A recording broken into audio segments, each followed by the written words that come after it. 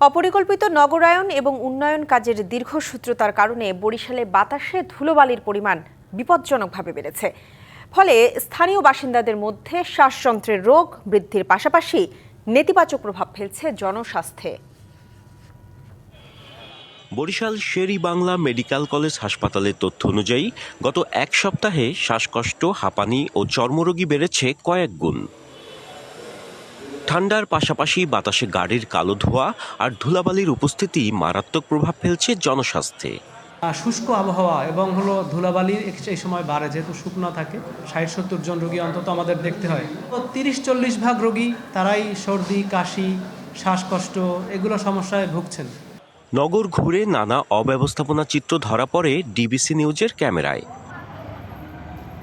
কোথাও সিটি কর্পোরেশনের উন্নয়ন কাজ দীর্ঘ সময় ধরে ফেলে রাখা হয়েছে, কোথাও বা পড়ে আছে আবর্জনার স্তূপ, আবার কোথাও সড়কে বালিখোয়া উন্মুক্ত রেখে চলছে বাড়ি নির্মাণের কাজ। নতুন এবং ফিরে আসা গ্রাহকদের জন্য নগদে চলছে ক্যাশব্যাক সহ প্রতিদিন হাজারো উপহার জেতার সুযোগ। হবে আশা আর ফেরা, সারপ্রাইজ সেরা।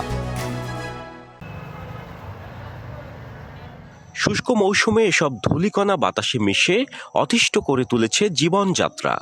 আমার ডাস্ট অ্যালার্জি, যে পরিমাণ ধুলাবালি এটা আমার শরীরের জন্য খুবই ক্ষতিকর। আমি মাস্ক ছাড়া বাসা থেকে বের হইতে পারি না।